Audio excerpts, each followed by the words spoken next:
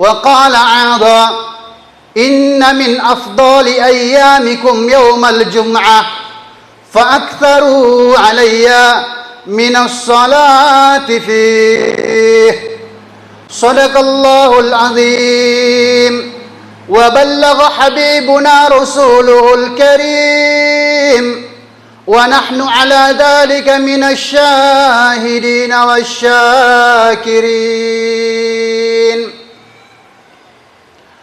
أحبة رحمكم الله أكرمكم الله إخوتي في الله أيها المحبون.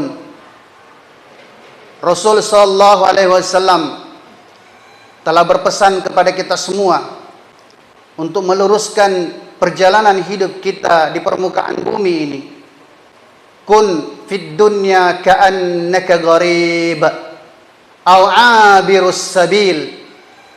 Beliau sallallahu alaihi wasallam mengingatkan kepada kita semua, kun fid dunya, jadilah kalian semua dalam kehidupan dunia ini, apapun aktivitas kita, dimanapun kita berada, ka'annaka gharib, untuk kemudian menjelaskan dan menyatakan kepada kita semua bahwasanya kehadiran kita di dunia ini hanyalah sebagai tetamu saja.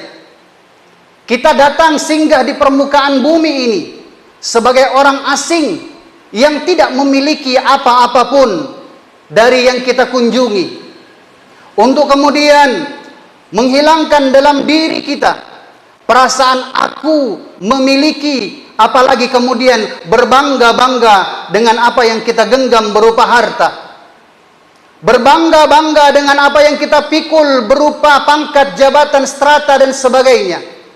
Maka Rasul sallallahu alaihi wasallam mengingatkan kepada kita semua, au abirus sabil, atau kemudian kalian harus menghadirkan di dalam diri, dalam hati kita semua bahwasanya kita ini adalah orang-orang yang sedang dalam perjalanan, yang hanya sekedar singgah sejenak saja untuk kemudian melanjutkan perjalanan yang lebih jauh dan lebih lama lagi. Beliau sallallahu alaihi wasallam menjelaskan, a'maru ummati ma baina sittina wa sab'ina sanah.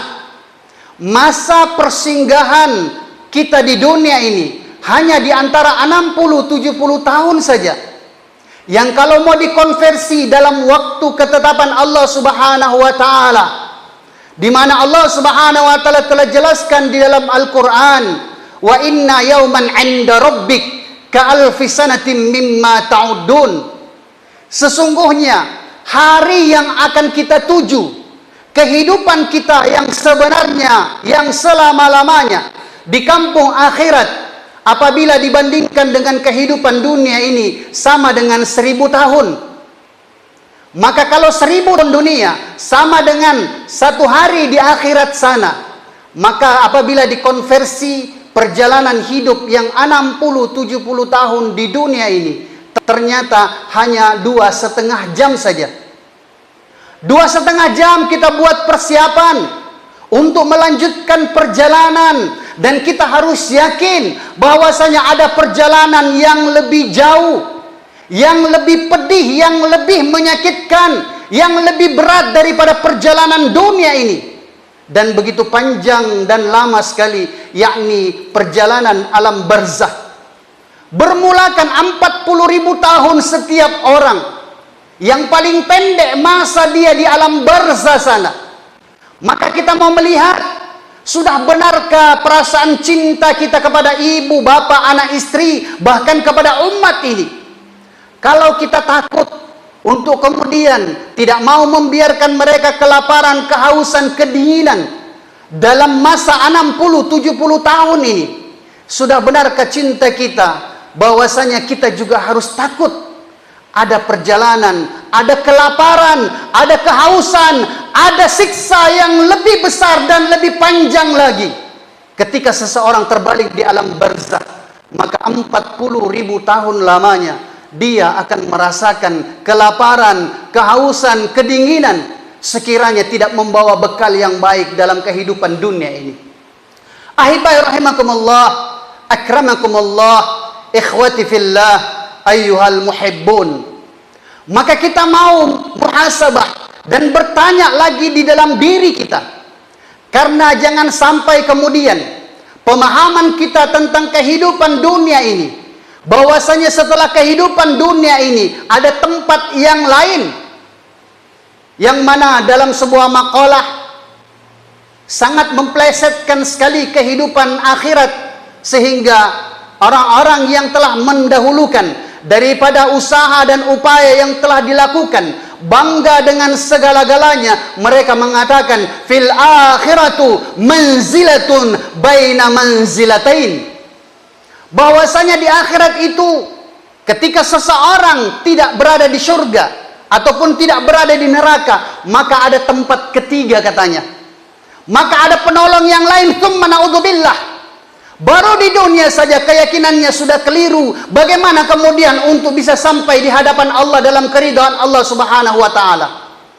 Sehingga kita perlu menyadari bahwasanya semua upaya usaha yang kita lakukan di dunia ini, dalam semua strata kehidupan kita apapun itu, usaha yang kita lakukan, pangkat jabatan strata S1, S2, S3 dan sebagainya, sebenarnya setiap usaha yang kita lakukan terkadang tanpa sadar kita menganggap bahwasanya kita sedang mengumpulkan kekuatan, tsumma na'udzubillah, sehingga satu persatu kekuatan itu dianggap akan mampu menolong dia di dunia dan juga akan mampu menempatkan dia di antara dua tempat di akhirat, tsumma na'udzubillah. Padahal Al-Quran telah menjelaskan mathalul ladzina ittakhadhu min dunillahi awliya kamadzalil ankabut ittakhadzat baita. Sadarlah kita semua bahwasanya semua kekuatan-kekuatan yang kita kumpulkan di dunia ini, apapun usaha dan upaya kita, harta yang telah kita genggam, pangkat yang telah kita pikul, kekuatan yang telah kita rangkul, Al-Quran telah menjelaskan setiap satu kekuatan itu sebenarnya hanyalah seperti selembar daripada sarang laba-laba, yang lebih lemah daripada satu lembar benang, yang lebih rapuh daripada selembar rambut. Itulah kekuatan yang hari ini diandalkan oleh manusia. Itulah kekuatan yang hari ini kemudian menjadikan kita lalai, gofla, kemudian jauh daripada perintah-perintah Allah Subhanahu wa taala.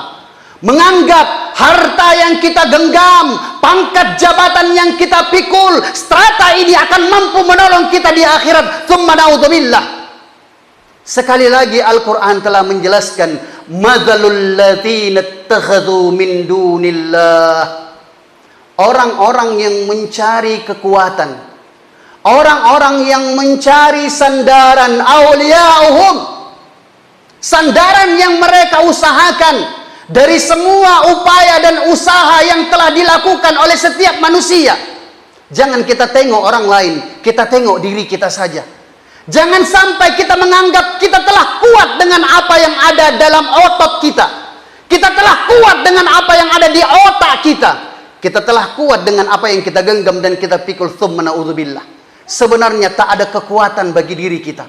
Al-Quran telah menjelaskan sebuah kekuatan-kekuatan yang dikumpulkan oleh manusia sepanjang-panjang hidupnya yang telah melalaikan mereka. Kamadzalil ankabut ittakhadzat baita, seperti mana sarang laba-laba. Maka silahkanlah kalian bersandar kepada sarang laba-laba, yang mana dibalik daripada sandaran sarang laba-laba ada jurang yang begitu dalam dan curam, bahkan kemudian apinya semakin menyala dan menjilat-jilat, yakni an-naru jahannam. Ahibai rahimakumullah, akramakumullah, ikhwati fillah, ayyuhal muhibbun. Maka Rasul sallallahu alaihi wasallam berusaha ingin meluruskan kembali pandangan hidup kita tentang kehidupan dunia ini. Dan Allah Subhanahu wa taala pun juga telah menjelaskan di dalam Al-Quran, wa'mur ahlaka bis-salati wastabir 'alaiha la nas'aluka rizqa. Jangan sampai kita menganggap Allah butuh dengan harta kita.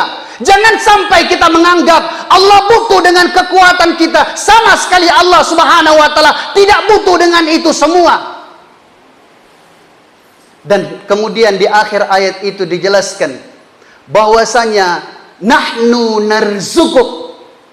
Justru sebenarnya ketika seseorang itu akan mengumpulkan kekuatan yang penuh pada dirinya adalah puncaknya pada saat seseorang merasa dirinya paling lemah. Ketika dia telah merasa dirinya tidak berdaya, tidak ada daya dan upaya, itulah kekuatan yang sempurna pada diri seseorang. Tetapi apabila hari ini kita merasa masih memiliki kekuatan, kemampuan, daya dan upaya, sekali lagi kita telah bersandar pada sarang laba-laba. Ahibai rahimakumullah, ikhwani fillah, ayyuhal muhibbun, nahnu narzukuk wal aqibatu lil muttaqin. Ayat itu ditutup bahwasanya akhir yang baik, keputusan Allah Subhanahu wa taala yang baik, wal aqibatu lil muttaqin, laisa lil aghniya walakinnahul uzara wa ghairuhum.